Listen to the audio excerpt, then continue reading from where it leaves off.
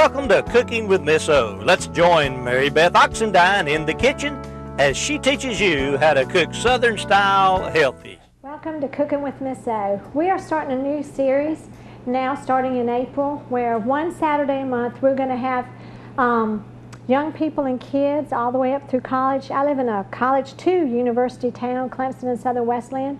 And my daughter went to Southern Wesleyan, my son went to Clemson, so I'm so used to having what I call the lunch bunch. When anybody got out of class, they all came home with Marie or Josh to eat.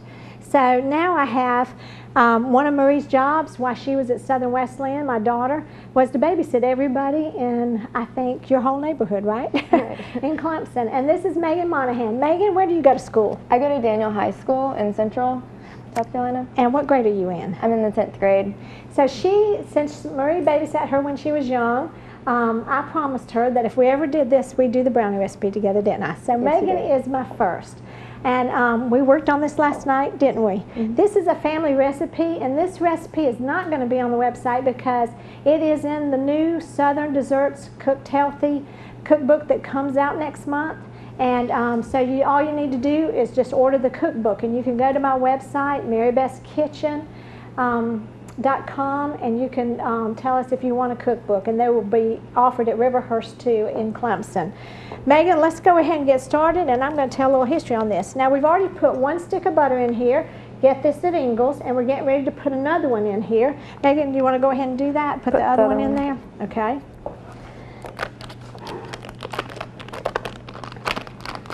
Let me turn it down. Put it on that side over there, yeah. Thank you. All right. And then, Megan, we're going to start. We've already measured all this out, haven't we, so that we know that we won't mess up. We're going to turn this down to low. Actually, I believe we can go ahead and turn that off because it's already hot. What we do, I don't use anything else except the butter to grease something. And I know butter, a lot of talk is that butter's not good for you, but Megan, in small portions, it's really good for you because there's only 2 ingredients and sometimes only 1. If it has no salt, it's just cream. You just want to make sure that you get butter that comes from cows that haven't got hormones and all the other stuff in it. We get that at Ingles. They have 2 other kinds that I love. They have Cabot, which is an excellent butter too, and then they have the organic, which I love too, so you can get any one of them. I usually do whatever I get a coupon with. Then I always use the wrapper, and in this recipe, I have 2 sticks of butters in here, and then you can save one of the wrappers for something else that you're greasing. You want to go ahead and grease that for us? This is an easy recipe for kids. This is a family recipe. My mom, when she was a young mother, and we were in West Virginia, Charleston, West Virginia, an older Christian lady taught her how to make this, and I guess that was the first Southern recipe she ever made, and it was a family recipe, so she told my mom never to give it away. And I have changed it so much that my sisters have given me permission to put it in the cookbook and give it away. Megan, now let's start with what we need to do first. Let's mix up our dry ingredients. We've already ground our flour in our grinder here. This is fresh whole wheat that we get from Montana. Go ahead. And the reason I use that is it has all the nutrients that the human body needs. It has the minerals, the vitamins, everything. Megan, what are we going to put in next? Why don't you tell us? How about the brown sugar? That sounds great. We just buy that at Ingles. That didn't come from Montana. So, right. Now, Ingles stores do carry berries of all kinds that you can get a pound, and I usually buy a 50-pound bag. So they have a pound, so if I run out or I need something else, I can get it there. What else do you want to put in now? About the sugar? It's the white sugar. Now, I tell you stay away from a lot of whites, but this was the first recipe I changed when I knew that we had to eat differently, and I was really worried. If the wheat didn't work with the brownies, I didn't know how I was going to make it, Megan, because I got to have that chocolate, right? And then we have Hershey's Cocoa here.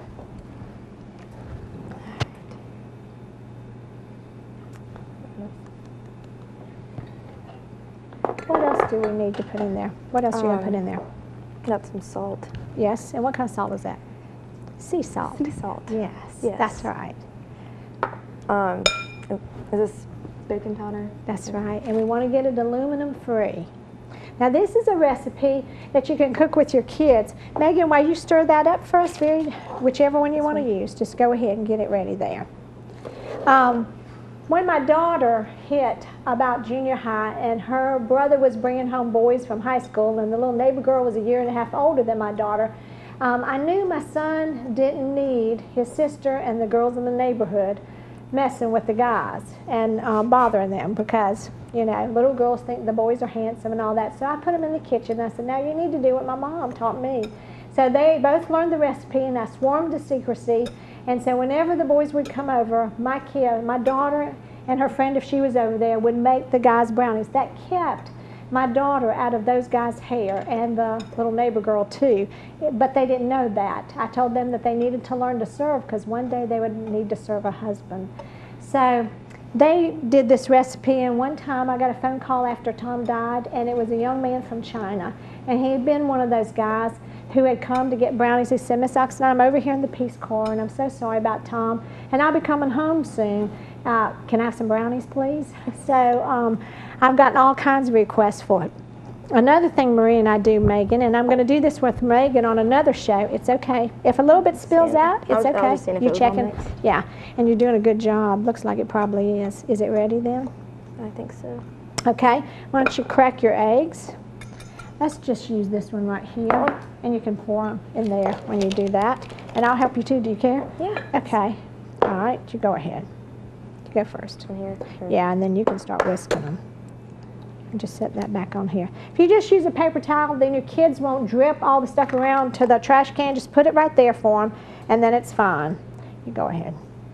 And then you want to crack them one at a time. I use organic eggs from Ingles, or I have a friend who has chickens, and so I get them from there. Sometimes they can be a little bloody, so you want to do one at a time usually. And I messed you up, didn't I? Go ahead and pour those in. Pour them in? You should pour them in one at a time, because if the last one is the bloody one, you have to throw out all the eggs. So be careful about that. And it's not that there's really anything wrong with it, it's just you don't want that in your food. Now I'm real careful about my chickens. Okay, and Ingles is real good about that. They have several different organic brands you can try, and I like that. Here you go. There we go. You want to do that? Sure. Go ahead. You're doing a great job. Thank you. Always work with your kids and teach them how to crack an egg, because they're going to have to know sometime. And if you work with them, then they'll become great cooks. My son started cooking at 2 years old. He could only sit on the counter. Did I tell you that, Megan? It was 2. And my son is in the administration at Daniel High School now, where he went to school, Megan's school, right? You see him all the time, don't you? Okay, could you go ahead and whisk that for us? Yeah. Okay. And I need to take this off that one so it can cool off. And I'll set it over here. That's not too hot. I think that'll hurt that. Megan, you're doing great. Don't worry, it's deep enough. You can just mix them up. Now, the Pampered Chef whisks I have here are the best I've ever had. I've gotten whisks all over the place. Don't want that to be too hot. And food gets stuck in it, and it's hard to get it out. They rust. And Pampered Chef is the best I've ever had. Now, I was married to an economics teacher. Do a party for Pampered Chef. Then you don't have to spend any money. If you don't have the money, you can get wonderful tools for your kitchen. You just don't want to buy too much stuff.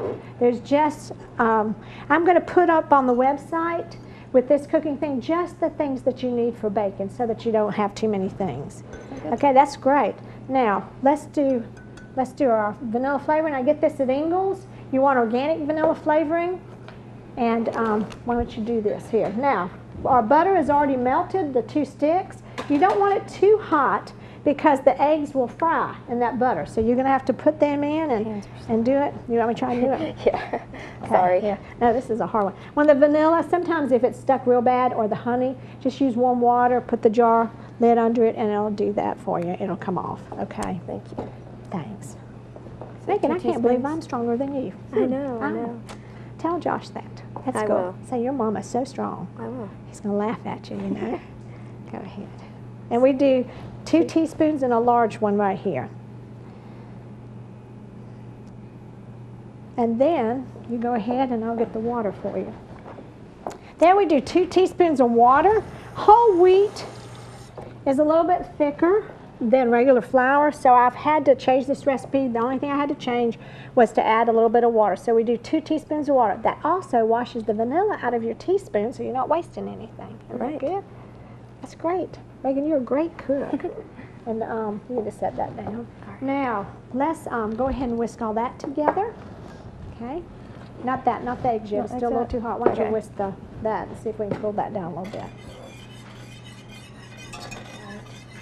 And we'll be right back. Thanks, y'all. Okay.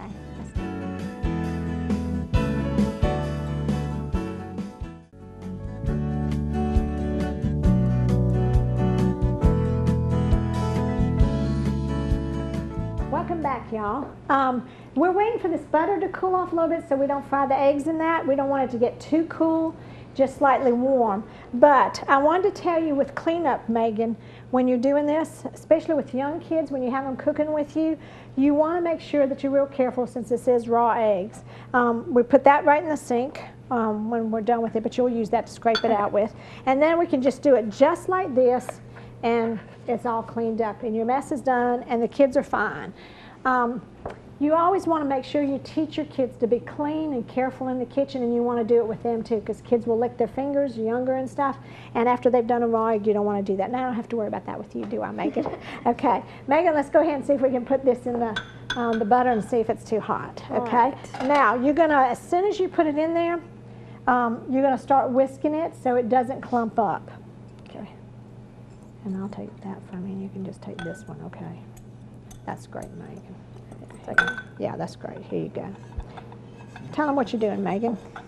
I am whisking the eggs together with the melted butter and the vanilla flavoring in the water. Okay. Yes. I think you're ready. You want to put that in there too? Yeah. Okay. You can just hold that for you. Sure. Thank you. Okay. She's a great little cook. She came over last night. And we had a good time, didn't we, Megan? Yeah, we did. So she's only done this recipe. This is only her second time, and she's doing great. We measured everything out. It's smart to measure out with kids because then the kids can just dump. You have them measuring and you keep it separate and then let them dump. Because if you do it like that, then you don't forget an ingredient. Megan, when my sister, all of us got to make something when we turned a certain age, and the whole family, my grandmother was there. We were on the porch. It was hot, and she was making chocolate pudding. And she put water in instead of milk. And oh my gosh, my grandmother was threatening all of us if we laughed or if we didn't eat it. It was the hardest chocolate pudding I've ever had to get down. And I've never forgotten the taste. It was that good. But she is a fabulous cook now. So, you know, we all make mistakes. But Megan, you're doing great. But that saves mistakes if you teach kids to first measure it out in something. And then you can go back over the recipe with them. One time when Marie was making the brownies, and I hope she's not going to be watching this and get mad at me for telling this, but I had just got my Tupperware, and I didn't think that the salt and the sugar should have been in two different looking things, and she didn't read the label, and she pulled out the salt instead of the sugar and put that in the brownies, and so they were hard. But that was my fault. So you just want to be really careful about things like that. That's great, and you don't want to mix it too much. Remember what I said while I'm making. Because it makes it tough and not taste as fluffy. That's right. Now, you want to just put it in our, there. You're doing great. Thank you. Children are the easiest people to teach to cook, and they are the most fun in the kitchen. Don't miss out on that. I have so many pictures of cooking with my kids in the kitchen. Do you have a thing to scrape it with? Yep, we sure do. Do you want to shake that a little bit more? Yeah, remember, don't hit on the side that if it's breakable. You can do it on this, but this could chip something. Okay? Because you don't want glass in your stuff. I had to learn that. Now this, while she's doing this, this is the way I fold up the extra one. I just save that till I do some muffins or do something else, and then I've got the grease, and it's so easy, it doesn't make us greasy. And this one we can throw out. That's perfect. Now, Megan, remember what we're going to do. You got a little bit more in there. You're not going to waste that, are you? Never. I know, it's chocolate. Never wasting girl. chocolate. That's right. It's hard to get it all out. My daughter, she laughs at me. She said, Mama, do you eat brownies for every occasion? I said, yes. Y'all, let me tell you, this is the remedy for being sad. This is the remedy for celebrating something. This is the remedy if you just decided you needed something sweet, and it's the remedy for everything. So, okay, that's great. Let's about write that off there. Yep. Good. You're doing great. And it looks pretty too. You're good. Okay, you got to do these now. Let's tell them about this. They have changed chocolate chips. I don't know how soon, how long ago, about a year ago. I could just put it in the batter, and I haven't figured out what they've done to the chocolate chips. But when I find out, I'll let y'all know. But when they melted, they started now sticking to the bottom of the pan, and they turn hard on you, so you think you're eating something hard in the brownies. So now I had to figure out another way to do the chocolate chips in it. You want to show them how we do that? Sure. You just kind of like take them and you sprinkle them on there, because if you get them, you mix them in with it. If you put it on the bottom, it makes them kind of harder and not as tasty to eat. You're great at this. Thank you. If I want a day off, you can come take over for me? Of course. Great. Megan's a natural cook. Most kids are, y'all. It's a lot of fun to cook with your kids. Megan, did you cook with anybody in your family? I like to cook with my mom sometimes. She's taught me to make a couple simple things such as lasagna. Oh, that's not simple. That's hard. And spaghetti. So you make spaghetti too? Good. Do y'all have a cookie recipe that's y'all's favorite of something that y'all make? Her grandma had this really good oatmeal raisin cookie recipe that was delicious. Really? Yes. So you're going to so share good. that with me? Absolutely. Would you like to have it? I can definitely get you a copy. Yes. Why don't we try that recipe out with the whole wheat flour? You want to? Yeah, And with that'd be fresh ground good. oats, and I can teach you how to grind, and we could flake them. With a flaker, okay? We can make our own oats. All right. And we'll just have to have that on the show for y'all. And it's homemade oatmeal raisin. That'd be good. Probably the best cookie I've had in my life. Now, when you make cookies or brownies with whole wheat flour, this is different than any flour in the store because this has high protein in it. So you're not only getting a sugary snack, but it also has protein, which helps level out the sugar so it doesn't have as bad a damaging effect on you as eating regular sugar. So that's why I can eat brownies all the time. No, just, we don't want you eating them all the time. Now, can y'all see that? I don't know if you can see that. We just put that on the top, and the brownie will rise up. When it rises up, you can tap them just a little bit to see if you can cover them just a little bit. We'll do it just real gently. You want to try that now? Sure. Thanks.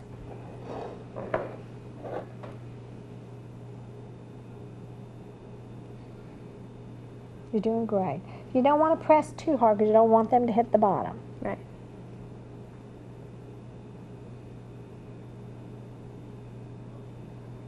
Now, chocolate chips, even in the Tupperware, don't last quite as long. With this recipe, that doesn't really matter because we go through them pretty fast. But don't stock up on too much chocolate chips because they do go bad faster than anything else. They'll turn kind of a whitish color, and I don't understand why they even do that. Megan, you want to put that in the oven? Okay, sure. I think it's already on. Don't. The oven on? That's fine. Thanks so much. You did a great job, Megan. Thank you.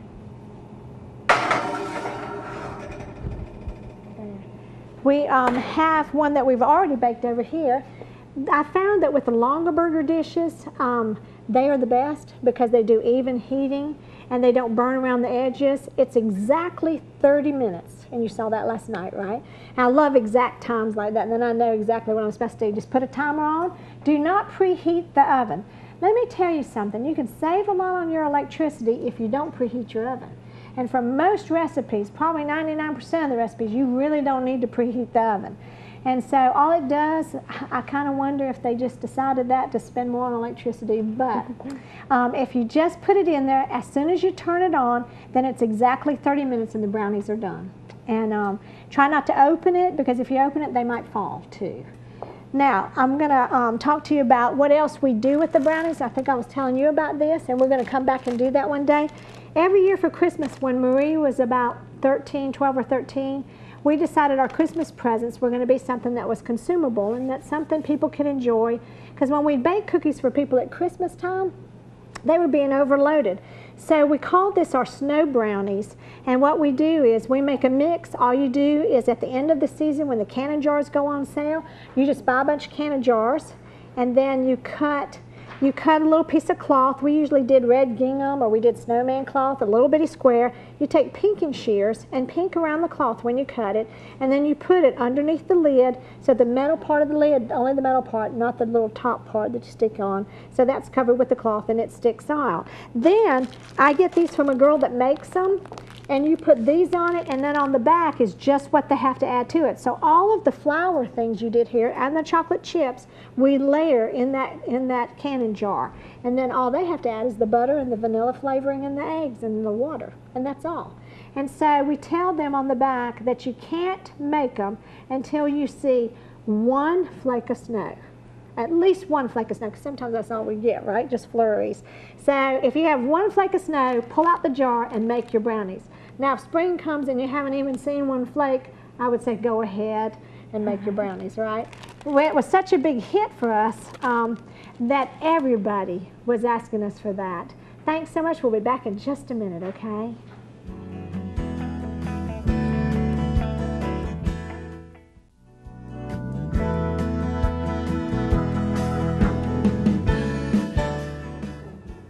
Welcome back, y'all. We're ready to eat our pan of brownies that we did last night, right?